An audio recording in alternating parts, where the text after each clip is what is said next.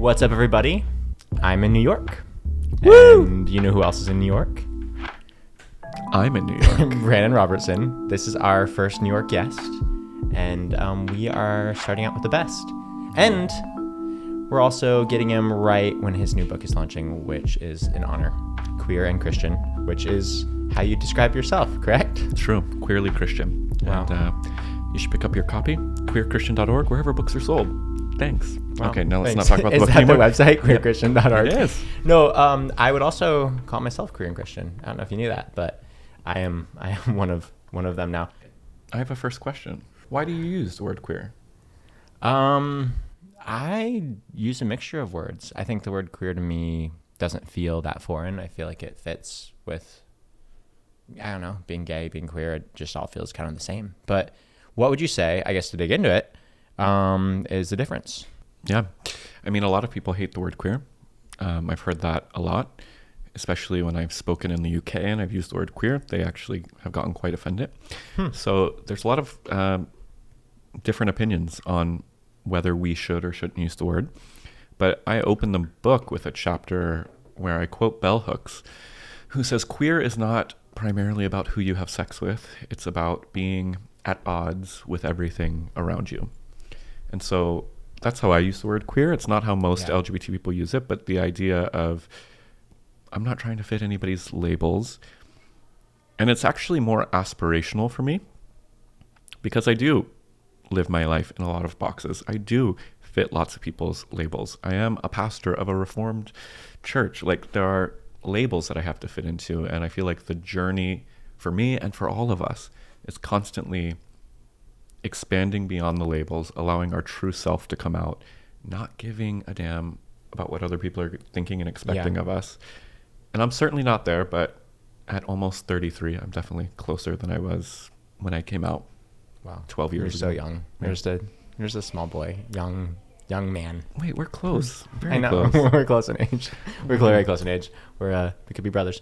It felt right to have you be the first person I interview in New York because that's actually very much the journey I'm on. After coming out, I really wanted to still not rock the boat too much. I want to show people you can be gay, but you don't have to be like too gay. Like, I can be, and I've met people that are like that. They're like, I'm gay, but I'm not like those other gays. I'm a chill gay. I'm likable. I'm not too much. And I, without thinking, have subconsciously just flowed into that because I've already lost so much in my life, right? I have so many people that are like, oh, you're not going to be like those people, are you? And you just don't want to be judged. We don't want to be judged. I think after a few years of being out, I'm like, oh, I don't want to live my life around that at all, around trying to fit what other people think I should be or think I shouldn't be. Yeah. And I'm realizing in my core, like what you're saying, I am queer and I want to embrace it. Not, I guess if I have to be queer, I'll date men, but I'll be queer in a way that's presentable for people who don't like it. But I think what this book says and what is part of my journey is the realization that you can be queer and Christian and they're not against each other, but also like queerness isn't something that deserves the feelings we all get. We still hold those feelings from when we were in the church of this is a negative thing to be queer. Yeah. It's subconscious. You don't just flip out of that. Yeah. So I guess my question is, what do you think about that? What do you have to say? That's a lot. No. Yeah. I mean, for me, like this book, I know on the surface it looks like, and my work on the surface looks like all I do is talk about how to be gay and Christian. The reason I chose queer and Christian here is because this is a pivot in my own life, in my own journey. I've spent 10 years trying to help people be gay Christians. Yeah. I'm not interested in that anymore. I'm not a gay Christian anymore. Tell me more. Queer, meaning my religion is queer. I don't squarely fit in Christianity. My sexuality and gender identity are queer. I don't squarely fit in gay and whatever that means. I mean, in New York, for instance, we have stereotypes of the Hell's Kitchen gay, and there's a stereotype of what that is. I'm versus learning. The Brooklyn gay, which is a different image. But we're like grungy and cool. Right. That's not a perfect example, but it's an idea of absolutely a stereotype. There are many different ways to show up in the world. And it's much more than about who I'm attracted to. It's much more than about how I present gender in the world.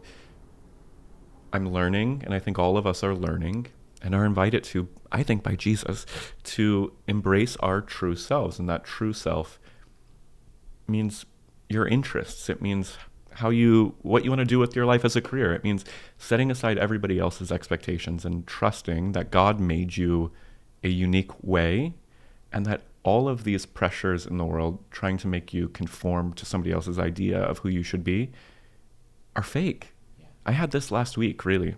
Sitting over there, we're in my apartment, very small, but my bed's over there. I was sitting there, and I remember thinking, it was literally about, I'll be honest, I have a Speedo pic I was going to post. Oh. And I've done it before. This multiple times. Yeah, many, many times. I love a Speedo. But I'm in a different stage in my life. I'm like, my church is very traditional. Yeah. And so I was thinking about posting it, and all of the anxiety came up in me. And I was like, well, what will these people think? What will happen if this group of people sees this image of me? Yeah. And then the thought came, whose rules are you playing by? Like, who made these rules that you're playing by? Like, and what do you have to lose? Yeah. Yeah. And that's a big deal for me, that shift. Yeah, no, that's huge. I mean, it's funny how we can go through so much judgment and so many comments about how we're the worst people in the world, and we still are worried about more judgment. Yeah. Like, you'd think we'd finally have gotten past it, but we're still trying to fit someone's mold. It's human nature, I guess, to want to fit in, but to conform. But Paul says, do you not know the verse? conform. Exactly. Be not conformed to the image of this world. Like, but be transformed by the renewing of your mind. Right, which I believe is changing your perspective, change how you see yourself in the world. Put on God's eyes. I think that's what it means to be born again, right? Yeah. To see as God sees in the world, and God sees us as our true self. God sees beneath the masks of you presenting as a certain way of being gay, and invites you to be your true self. God is inviting me to be my true self. And this is also why I think queerness is a concept that's not just for the LGBT community. It's an invitation for everyone. It frees us all to be like, whose rules are you playing by? What consequences are you afraid of? Yeah. Anyways, soapbox. No, this is literally for the soapbox. We are here to soapbox. So I love get soap. in the box. Yep. Get in the box and let's get that soap out. Let's just get that soap all over the place, and you get in a box. Where is this going? I don't know. I'm in New York. I'm excited. I'm doing things. No, that's really good. I've taken apart so much, and you want to hold the things that are familiar, but I just don't want to be motivated by anything except for what I really feel and what I really like. It's me and God and my life and my journey. And I think so much of Christian culture that I've slowly been slipping away from, I'm realizing like, what is Christian culture even supposed to be? I know like people are like, well, gay Christian culture is the opposite of Christian culture. But then like, why is Christian culture a thing? Why would we want Christian culture to be this thing that makes other people feel like you're different? What is this? And I know people will say it's holiness, etc. It's like setting yourself apart. But like half of it's just like Christian clothes and dressing like Hillsong. And I'm from the mega church sphere. Like I've been at Jesus Culture in Bethel. And we're all just doing things because we think it's cool. Yeah. Like we all wore the same stupid ass long tees for 5 years in like the 2000s or 2010s.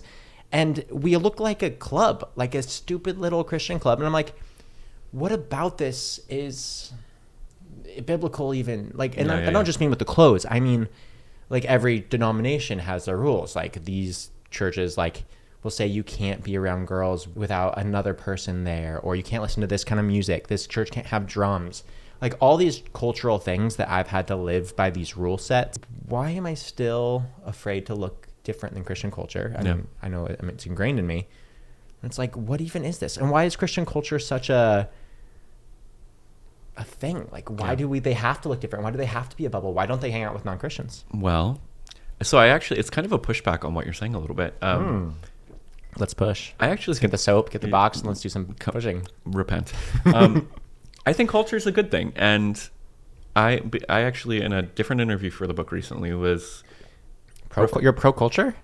Yes. I was reflecting on how the gay community for me has is exactly like my mega church in the sense that I can go to a gay bar at any city in the United States. I know what people are going to dress like. I know what the expectations are. I know what music I know what we're going to do in this space. And it's actually beautiful and freeing because it's like, I know back when I was an evangelical, I knew what kind of churches I could go to anywhere in the world. Yeah. And I would fit in. I'd have community. family. I'd have community. Like it would. Damn. And so I think it's we can critique it. And I think part of Christian culture is a parody of real culture. That's what Hillsong and Bethel are doing. It's They're like a PG version. Yeah, well, not even. I mean, look at PG-13. Carl Lenz at Hillsong back. Yeah. I know he's a forbidden name now, but like he became American culture. He literally was with the celebrities, dressing like the celebrities, and everybody loved it. So I do think for those of us who come out of a Christian culture, there is a freedom to be like, I can reject that. I don't need to keep playing by those rules. But also acknowledging that you're going to find yourself in some version of a culture, a community, a style or Tribe. subsect. Yeah. And that's a good thing. Like you are now I'm not going to say what neighborhood, a Brooklyn queer. And like that, there's actually a culture there. There's actually a community. There's actually like a common set of values to people that live in that community. Yeah. And that's beautiful, actually, as much as we like to make fun of the different kinds of queers in New York City. Because for me, feeling like I don't fit in that culture means I feel like a lot of those old friendships aren't really around. Like it doesn't feel like I fit into Christian culture anymore. But gay culture, I don't fully fit. I'm still this like hybrid thing, and no one wants a hybrid. Like I'm like too not Christian for the Christians and too gay for too not gay. I don't feel like I'm fully. I sometimes feel like I'm not gay enough. Well, you moved here to become gay. I mean, right? I just started. But like, so I hear that. What you said at the very beginning, I want to go back to because it is very real. There is a subsect of gays in particular that are like, I don't want to be like the stereotype of gays.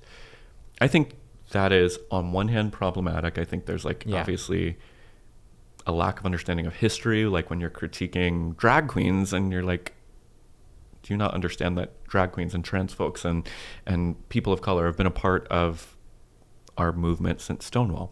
We have a lovely picture on the wall over there of Stonewall, and it's multicolored. Like it's different genders, it's different sexualities that were there at the Stonewall Rising. So I don't see a wall. Sorry. Oh my gosh. Have you been to Stonewall yet? Yeah. Okay. But I also acknowledge, not just in gay culture, but in culture in general, like there is a subsect for everyone. So if you don't want to be a circuit queen, if you don't want to be a Bushwick gay, if you don't want to be a Hell's Kitchen gay, you can be there's like a Christian gay community here in New York that like I don't resonate with because it still resembles the church in a way that I don't like. But like I'm really glad they have space. And there is the book group gays and Which one am I, if you had to guess? I think you're on a journey. Guess where we're going to land, though. Guess the end of my journey. I don't know. You know, it's weird because I don't know you as well as I feel like I know you. Thank you. Yeah. So I have had the honor over the last decade of getting to be with people as they are baptized fully into the queer community. And I'm very excited to be at this part of your journey. Wow. And after this, we're going to go to a variety of queer spaces, and we're going to see what you become tonight. Tonight. It's like, have you ever played with Tamagotchis when you were a kid? Like they start as little eggs, and then you don't know what they're going to look like until they grow up and hatch. Yeah. So I'm like a Tamagotchi right now. How long have you been out? 4 years, but I've been stuck. I mean, I don't know if I'm changing that much more than this, but I want to change a little bit. Stop it. You will. I might. Have you worn a Speedo yet? Yeah, it was scary. I felt naked. It is. I It's felt very so scary. naked. But I was at a beach, and I was just like, yeah. Sorry, people looking at me. I have one way of being queer, and I don't think it's the only way. But there are some of those milestones that I actually like are real things in the journey. Like you don't have to become a Speedo wearing queer person, but there is something freeing to taking on these kind of cultural symbols of the LGBT community and like trying it on, playing with it. And I think that's the beauty of queerness and coming out, is it invites you to play. Yeah. Play with gender, play with sexuality, play with dress, play with all of that. Yeah. I mean, I think the real thing is like, why are we so afraid of these things? And none of the reasons are good. None of the reasons not to do it are good. And I think just like what you're saying with culture, like it's not that having a culture is wrong. I think when you're judging other cultures, that's when it's a problem. Same with like Christian culture. I probably judge it too much. And I'm like, you guys are all like, you know, boring ass basic But you dressers. remember how beautiful it was when you were in it. Because it felt so comfy. Yeah. And I do feel like there was a lot of like lying to myself that was going on. So there are problems with it. But it is nice to have a community. And I like that angle. And same with this. I think the things that scare me are probably the things that, aside from doing things that I like, I do believe that I want to follow my own code. And I think there's important to have codes of like what feels safe, what feels right. I'm not saying outside of that, but also things that feel like you might get judged for it. Like, is that the only reason you're not doing something? Then I don't feel like I should not be doing that thing, because if there's a form of self-expression that I want to try, then I'm like, oh, these people are going to think that's too gay.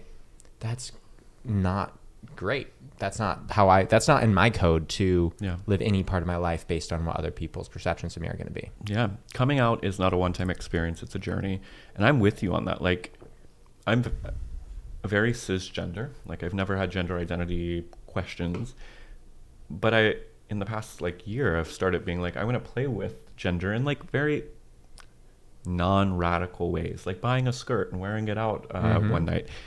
And it is really remarkable to explore and experiment with that kind of stuff. Even painting nails, I still see my own internalized shame come out so boldly when I have heels in that closet over there that I've been wanting to wear for so long, and there's just so much fear and shame around it. And it's like those little things that both call to the surface, like, wow, do I have some gender issues and phobias that I need to work through because I won't wear a pair of heels out of the house?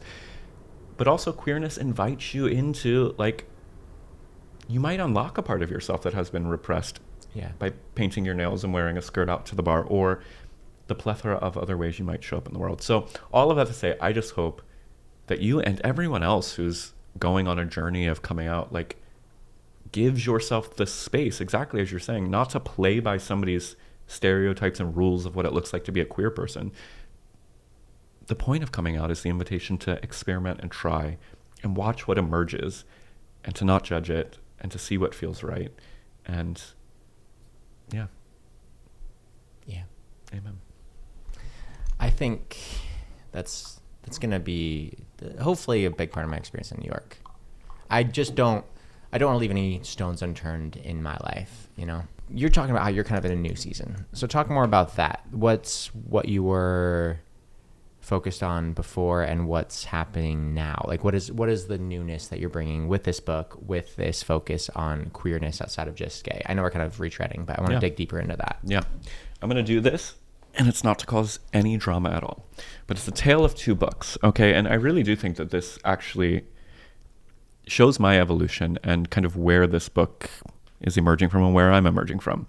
10 years ago, my friend, lovely man, Matthew Vines, wrote God and the Gay Christian. And that was a book all about how do you reconcile being gay and Christian so that you can join the traditional Christian church and play by their rules and be a traditional Christian. I spent 8 years being like, this is my goal. This is great. This is what I want to do. I want to help gay people be welcomed into the traditional Christian church. Yeah. And then I started pastoring queer people, and I started evolving in my own beliefs, and I got degrees in theology where I was exposed to different ways of thinking. And I found myself being like, I actually am not at all interested in being accepted by traditional Christians. And I'm not even sure that we can reform the Christian church in any meaningful way in my lifetime. And so I moved from helping people become gay Christians to really beginning to adopt a queer frame, meaning resisting institution, resisting tradition, resisting what people say you need to believe or how you need to show up in the world. And that happened theologically, but that's also begun to start happening, I especially think post-pandemic, like in my own life. Do I care to pretend to be a version of a religious leader that people expect me to be? Or am I going to be the authentic person who happens to be a pastor and let the chips fall where they may, right? Yeah. Like, yeah, I'm a pastor that will post a Speedo pic this summer on my Instagram, and there's a hell of a lot of even progressive people that will be like, too far, inappropriate. Says who? And I'm not doing it because I want to be sexual or provocative. I'm doing it because it's authentic, and I'm not hiding who I am in the work I do. And that's just like one tip of the iceberg example, but it's like all the ways that I live my life. I have made this commitment since I started pastoring that I'm never going to stand up in a pulpit or get online and say something I don't believe. Yeah. I'm not going to be something I don't believe. I'm a sex positive, agnostic leaning, very open and explorative, Christian-ish, queer person.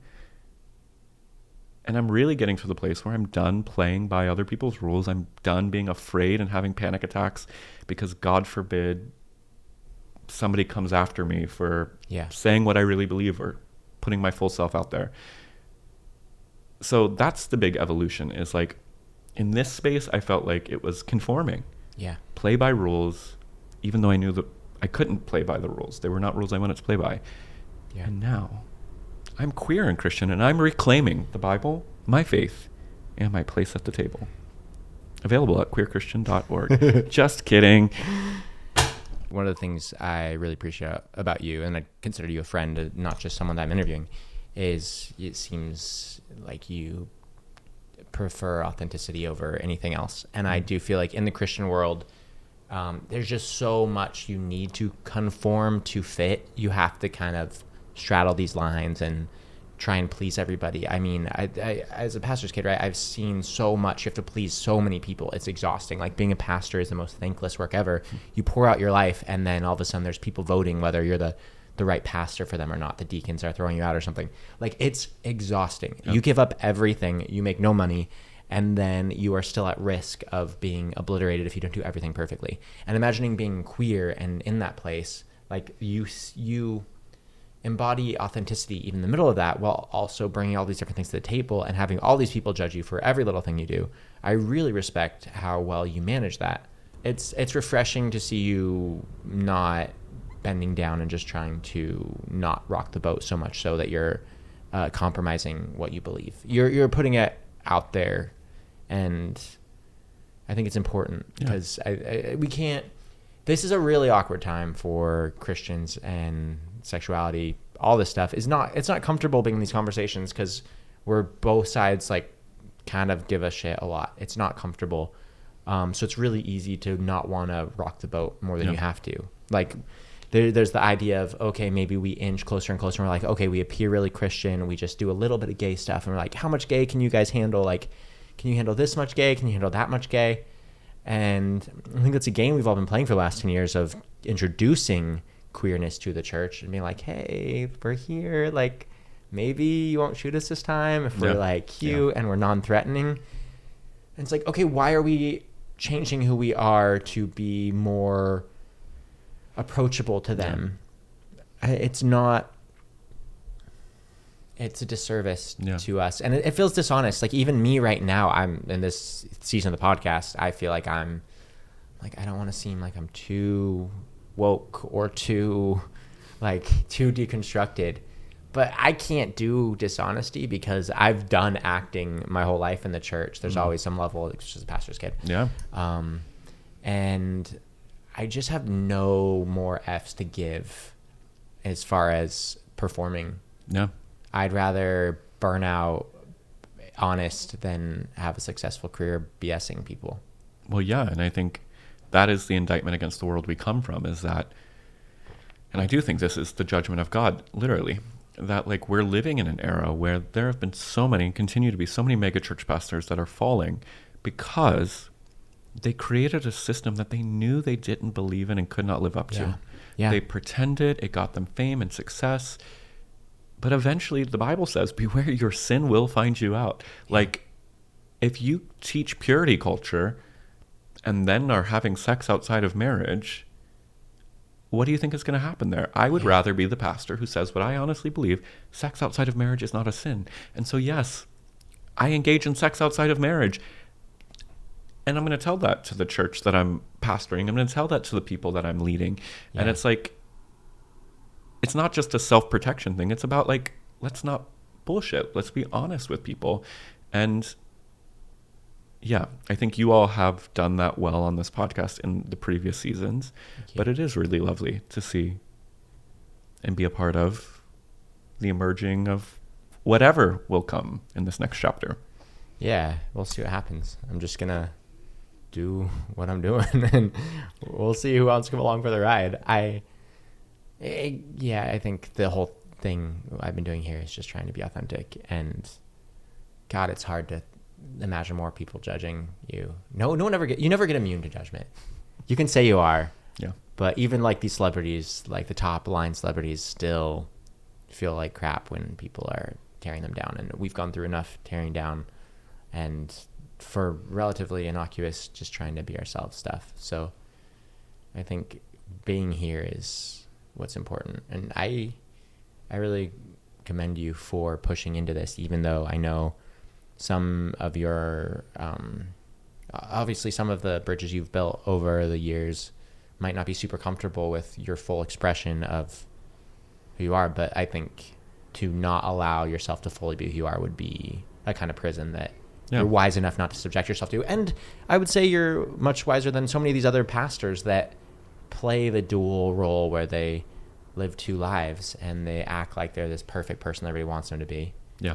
And then they actually have to act like a human in the shadows because no one is a saint. Yeah. There's a few people I've met that are quite saint-like, but most of them aren't pastors. Well, no, but I will say, like, I'm not doing this on my own at all. Like, I'll give a shout out. My friend Brian Murphy, also in New York, queer, runs queertheology.com with Shan. And I was having this conversation with Brian just like a week ago over margaritas in Hell's Kitchen on being like, I've watched Brian from a distance for 10 years, and many people will know who he is. Show up and be authentic and just like talk about who they are in the world. And yes, it costs them, but like to be able to see people like that go before us, or even Bishop Gene Robinson, who wrote the foreword to this book. I've known him for a decade, and he was the first gay bishop in all of Christianity, openly gay bishop, and yet was very open about like divorce issues that he had even with his gay relationship. Like he's never hid all of the real stuff of life. And so I've seen these people, and there's always been a yearning in me to be like, I want to get to the place where I can just be free to not have to hide.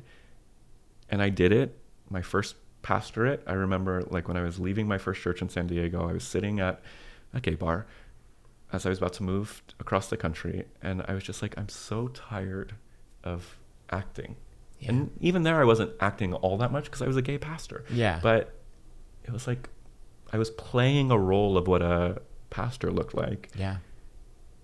And it was killing me. So, yay to authenticity. The other thing I've learned is that when you do be authentic, when you do show up and allow it all to hang out, the right community comes to you. Like the people show up that are meant to be there with you. Yeah. Yes, you lose people. But I'm like, I want to lose those people. Those are not the people I want to be hanging out with. So, yeah.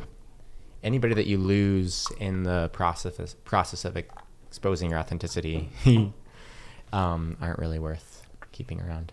I feel like that's been a big part of my journey. Yeah. There's so much of our lives where we work so hard to. I think we probably learn at a young age, whether it be from the church or from being queer in a Christian world, of fitting in molds. Like you have to fit in molds to survive. Yeah. It's hard to unlearn that. Yeah. But we're breaking out of that. Slowly but surely. In New York. It takes a lifetime. Yeah, New York will do it for you. Although, you can do it anywhere. Dispel the myth. Yeah, New York. You don't have to do it here, but you can come here. You should, yeah. But what's the myth? That New York is hot. The place that will pull out your true self. Because it could bring out a whole worse self. Well, yeah. Like you just become a worse person. Well, New York is this place where we have all these sectors. Like there's a group of influencers that you can go hang out with in Bushwick. But they have a culture of their own. And like I found that like anywhere you go, there's going to be a pull to fit into a culture. And again, fitting into culture is not wrong. It's not inherently bad. But can be problematic. The moment it begins to be like, I need to show up in a way that doesn't feel like me so that I get the approval of this community. That's where it's a problem. And I now live in Queens, and I wear Yankees hats, and people yell at me all the time because Queens, if you know anything about sports, I don't, is apparently where the Mets play. But it's a really apt thing. Yeah, people here are like, why the hell are you wearing Yankees hats? Like, literally, I walked into a Girl Scouts meeting at our church last week, and the girls screamed at me. And I was like, I'm not going to conform. And that was the moment I knew I've arrived. Well, don't get, like, beat up. For wearing Yankees hats. Do you actually like Yankees, or is it just, like, you like the NY? They have a better logo. The Mets logo You're doing it just because it's cute. You are going through persecution, not for the love of the team, but because you think the hat is cute. For the love of New York. Tell me that's true. For the love of New York. Well, you could love New York with a Mets hat and not get persecuted. I think you're a glutton for punishment. Is this you just seeking attention? Are you pooping? Sure, we're recording still. Oh. Better keep recording. Yeah, the recording's good. We're just going to compare the Yankees logo to the Mets logo. Okay, wait, they're both NYs? Of course, but that one's ugly colors and a very bad logo. Because my church made me get it. Actually, my hair's doing pretty good today. Yeah, it's very small. Anyways. You have a small head. Yeah, no, I get it. Oh. Sorry to the New York and the fans, the Mets and the Yankees fans that we've upset today. No, it's cuter. But cute isn't worth your life. It is. It is worth giving your life to be authentic. I don't think this is really an apt metaphor for the situation. I guess in this season of my life, I'm still holding on my faith on some level. I do feel like I've opened up a lot. I am also wanting to find myself. For other people that are trying to find themselves, I'm at the start of my journey. What would you say to do to explore your queerness without going too far, not going far enough? What would you say? What would be your guide to going on this journey? Is that a better question? Or make your own question and then send it back at me. There's no guide. First of all, there's no such thing as too far. That's Christian fear in you. Wait a second. Let's unpack that. So, okay. Mistakes are worth making. That's how you learn. But what if they're like dangerous? We're not. Okay, biblical literalist over here. We're not talking about. When I say too far, most I want to go into like drag racing to be gay. Drag race the show or drag race the car? I want to dress up like a woman and go on a car really fast. I think you just offended a whole bunch of people too, but which is my MO. I apologize. No, the point is, Christianity teaches us that there are lines you have to play in, and if you go outside of the lines, there are not just small punishments. There are eternal consequences to not playing by the rules. That's not true. And yet, that track plays in our subconscious in everything we do. Yeah. So that those of us who grew up Christian come into... This is the Speedo episode. But we think about wearing a Speedo and we're like, immodest? What does this mean? Like, there are all sorts of discomforts around that. And I remembered that because I was afraid that if I transgressed this line, it meant something about my morals and where I was heading. Right. Or having a hookup. So much baggage for a lot of us in that moment, being like, yeah, I don't believe premarital sex is a sin, but like, I feel like premarital sex is a sin, and I feel like this can't be good or holy or right. I think the message of the gospel is a message of grace, meaning God expects us to mess up and says where sin abounds, grace abounds all the more. God's disposition to us isn't, you all need to get this perfect. God's disposition to us is, you're going to make mistakes, and I stand with my arms outstretched to you, waiting for you to come home whenever you're ready. If you're trying to figure out your true self, you're going to go too far. You're going to step on the wrong places. You're going to go into some relationships that are not the right ones. But the only way you learn that they're not the right ones is by going into them. So I don't think you need to go to the extremes, but I also think like the things you think are extreme right now that are just normal things that normal people do, but because you grew up Christian, you think certain things are way out of bounds. Like, that will change the more you allow yourself the freedom to experiment and explore. And I feel like I'm rambling at this point, but I've asked for it. Yeah, it's just, I have no fear. The refrain in this book, literally the first line in the book is, perfect love casts out all fear. That is my faith. I believe God is love and there's nothing to be afraid of. If I go into the wrong place, I believe God's love will lead me back to the right place. Yeah. And if you believe that, and that's how you show up in the world, then you're going to be very curious. You're going to explore. Yeah. You're going to mess up. But it's not going to be devastating. It's going to be I need to reorient myself. Yeah. I do feel like so much of Christianity is based around fear. We don't claim that. We don't say it. But then when we're in something that feels like it's antithetical to whatever our Christian background was, we feel fear. Yeah. Shame, fear, all this, self-hatred. And why do we almost glorify those feelings inside ourselves and encourage them because we feel like that's God's like nudging. It's like, okay, why did we believe that God's voice is one of fear and shame?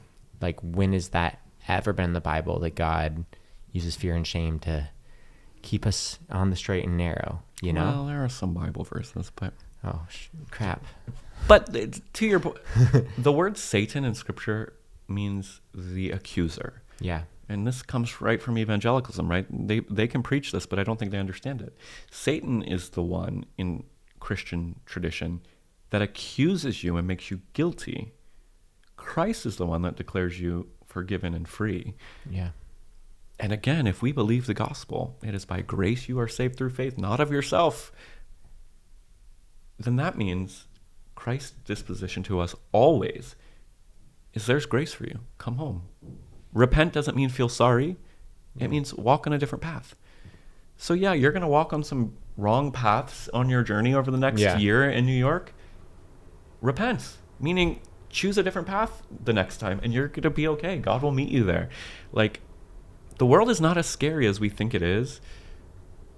And the path to freedom, the path to authenticity, when you're leaving conformity, requires that you cross boundaries because by definition, conformity is playing within boundaries. Yeah. To not conform is to transgress boundaries.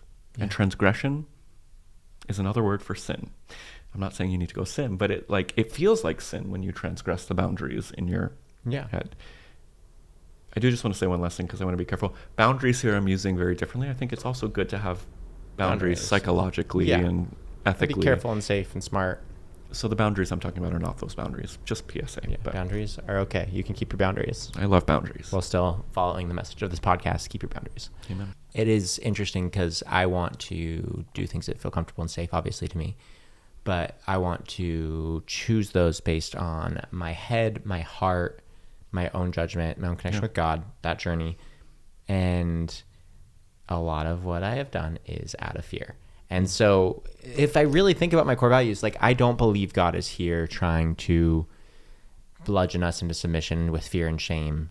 And also I do believe that a lot of my instinctual shame towards things is based out of Christian self-judgment. Because I've felt self-judgment about the craziest things after coming out of a super conservative home. Yeah. Like watching a bad movie. I watched like Spy Kids when I was young, and there was like this scene with this girl dancing at the end, and she was like, it was like very PG, but I knew my parents wouldn't like it. And so I felt guilty and shame for so long. Yeah. And also I wasn't attracted to girls. So it was pretty freaking innocuous. Spy Kids 2. Great movie. Watch it if you haven't.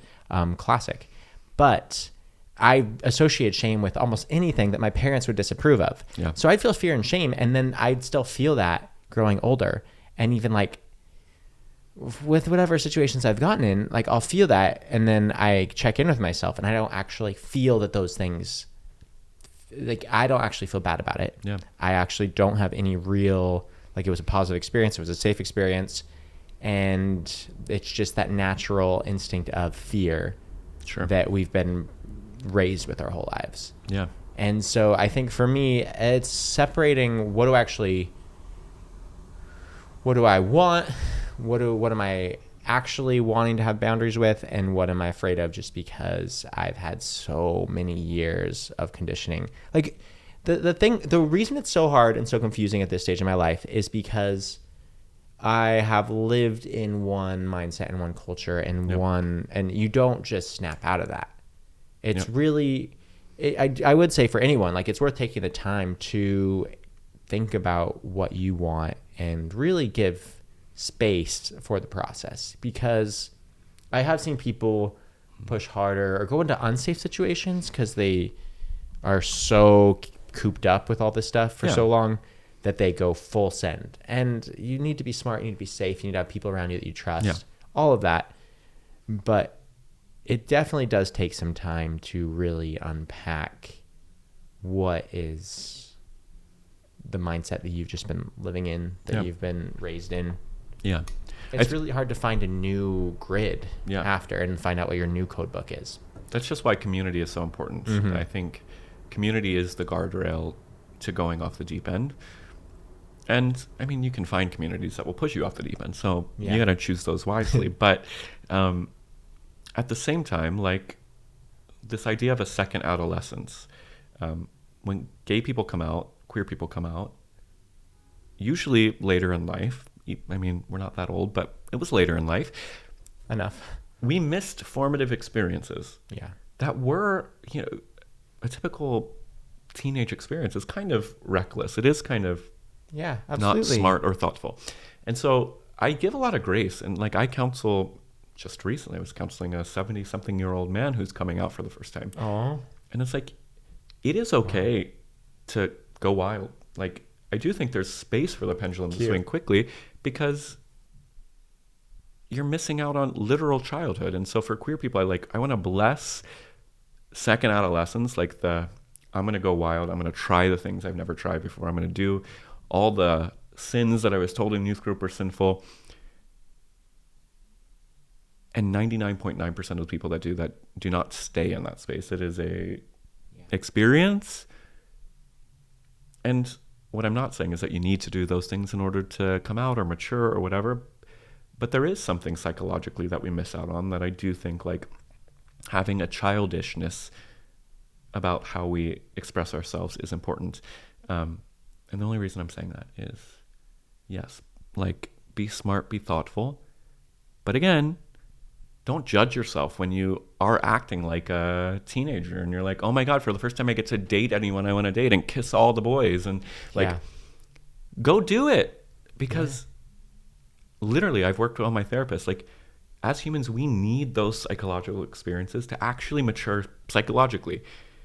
And the church restrains you from developing. It's literally arrested development.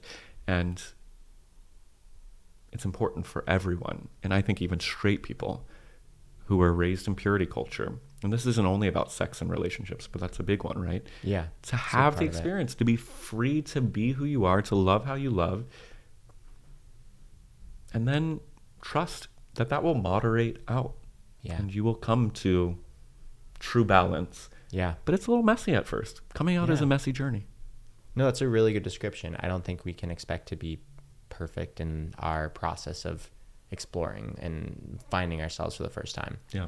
And it does, I mean, that guy that's been suppressing for 60 years, right? Like, yeah, it's wild. You gotta have grace for the process and for the, that's one of the things, like we get judged so harshly in gay culture because we are a lot.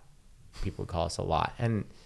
But if you were to imagine, if you don't believe that being gay is real or whatever, like if you were to imagine if being gay was real, and for the people that do believe being gay was real, you're suppressing everything for all these years that no one else is suppressing. Yeah. And psychology just doesn't do super great with suppressing that and vilifying this huge piece of yourself. Yeah. So uncorking that is a lot to process. It would be enough for the healthiest person to have a really hard time with. And a lot of us have gone through so much crap that we're quite broken. And then we are having to process all of these feelings. Yeah.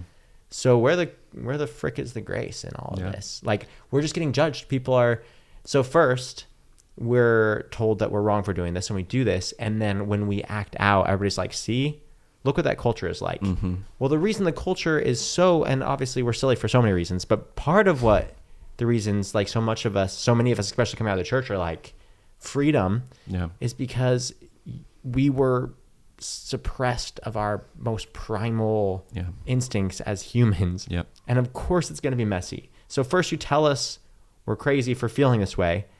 And then when we act exactly how we would after suppressing all that, then you do give us another dose and you're like, see, look at you. Yeah. You are a villain. You are a mess. Like, and that culture is turning you into an evil person. It's like, no, I wasn't.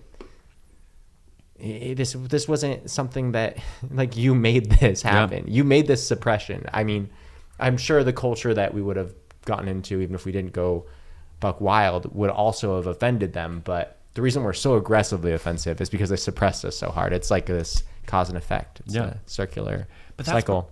That's part of the beauty of why I use the word queer now, and the queer movement is like, and this is the thing, I'll give away our secret to any conservatives watching. The queer movement, politically and socially, is meant to be subversive, meaning we are trying to push your buttons and cross the boundaries and like, but not for the hell of it.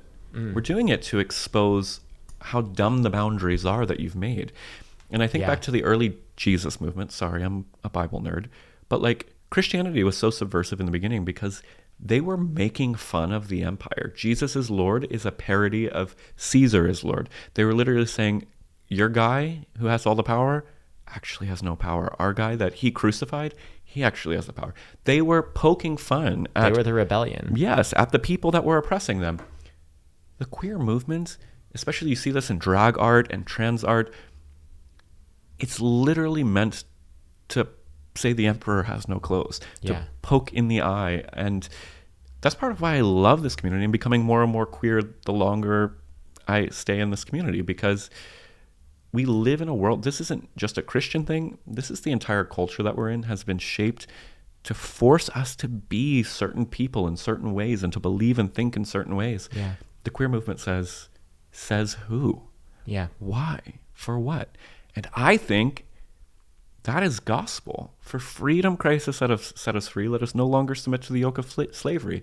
If a spiritual path is meant to do anything, it's meant to set you free, not to constrain and suppress. Okay, I'm really soapboxy. No, that's good. I really like that the angle, the rebellion factor. It is the way it is because of the suppression. And not even in a way of, oh, we're acting out. It's actually just saying, no, we're here. You can't pretend like we don't exist. And we're expressing ourselves fully because you didn't let us express ourselves at all. And it's saying that we exist. It's fighting loud. It's the same thing Christians did. Yeah, exactly. Like when they were persecuted, it's saying we won't be silenced. I mean, that's a really good way to put it. The goal. Again, Christians will judge that. They're like, oh, see, you are awful. And no, it's missing the whole point. Somebody on a conservative interview I did, they were like, I can't believe you're a subversive. I am subversive because the gospel is subversive, meaning it's literally subverting the ways of the world. The queer movement is a gospel movement, is a Christian movement. Again, the argument I'm trying to make is actually these things are not in conflict. They're the same. Because the invitation is to set the world free to be what God created it to be. All the systems, all the structures, all the beliefs, all the politics are all human-made and made up. Why are we playing by these rules? Says who? And what is the cost if we don't? We'll never know until we try. And that is like, you look back at, again, I'll point to the Stonewall picture on the wall behind the camera that no one can see. But like the reason I have that photo and the reason I resonate with our queer history is because from the very beginning, just like Jesus, there's a trickster nature to what it means to be queer in the world. You're trying to flip things on its head because that's where you discover new ways of seeing and being in the world. And that's why I'm both queer and Christian, because both of those paths invite us to subversion, to exploration, to seeing the more beautiful world that our hearts know is possible emerge when we stop playing by the rules. It's so good. And honestly, that's where my instincts, like people might watch this and be like, Nate's just following Brandon. No, my instincts have been leading me away from the whole trying to fit into a mold, just naturally. And I'm like, damn, it's really cool to see you go in this direction, because I'm like, that's where my heart's going. I just don't feel the need to play these games anymore. I don't want to fit into the perfect Christian mold anymore. I don't have any need to hide a part of my queerness. I just want to let whatever is inside of me out while being who I am. Yeah. And I think that's how we do that. We can't compromise in our queerness, just like Christians say not to compromise in our faith. Like, I think doing something that feels half-hearted just isn't who we should be in any aspect of our lives. Yeah. Yeah. So I love it. Amen. And well, where can we find this book? I think this podcast is released the third time right around the date. Okay. queerchristian.org or wherever books are sold. But also, if this is coming out in the next couple of weeks, I'm coming on a 40-city book tour across the United States, Canada, and the United Kingdom. So if you're pretty much anywhere in our country or Canada or the United Kingdom, I will probably be near you. And even if you don't buy a book, just come and hang out, because part of this tour is seeing this movement take place in all the places it's not supposed to take place. So I'll be in Alabama and Mississippi and Louisiana and all those places. queerchristian.org. Come hang out. And buy the book. It makes a big difference, especially in the first month, to have the book sold. And so we want this book to go out. We want it to be big. I mean, I want it to be that. And I think this is really valuable and important. Thanks, Nate. Let's go to a queer bar. We're going to go to a queer bar. That's real. We're doing that. But it's fine. I'm good. Don't worry about me. Mom, it's fine. It's chill. I'll be safe. Amen. Anyways, thanks for joining us. We are doing more stuff in New York. Brandon might pop in again. We'll see. There might be more stuff again. We'll see what happens. I'm no Susie, but yeah, I love her. She's doing well in Sacramento. So we talked recently, and yes, maybe she'll visit here soon, and we'll see what happens. Live from the kitchen table. Live from the kitchen table. Thanks for joining us, and thanks for tuning into Nate's New York Adventures. We'll see what's coming up after this. Have a great day. Wait, is that the new podcast name? No, but it's still I Try to Be Straight. It's I Try to Be Straight - Nate's New York Adventures. Love it. With Brandon, to be decided, asterisk. I go by Reverend B. James Robertson. He's the pastor of a whole church. How do you know? I did not realize. I went to his church today. He's the head pastor. That's crazy. In a good way. I'm so proud of you. Very proud of you. Bye.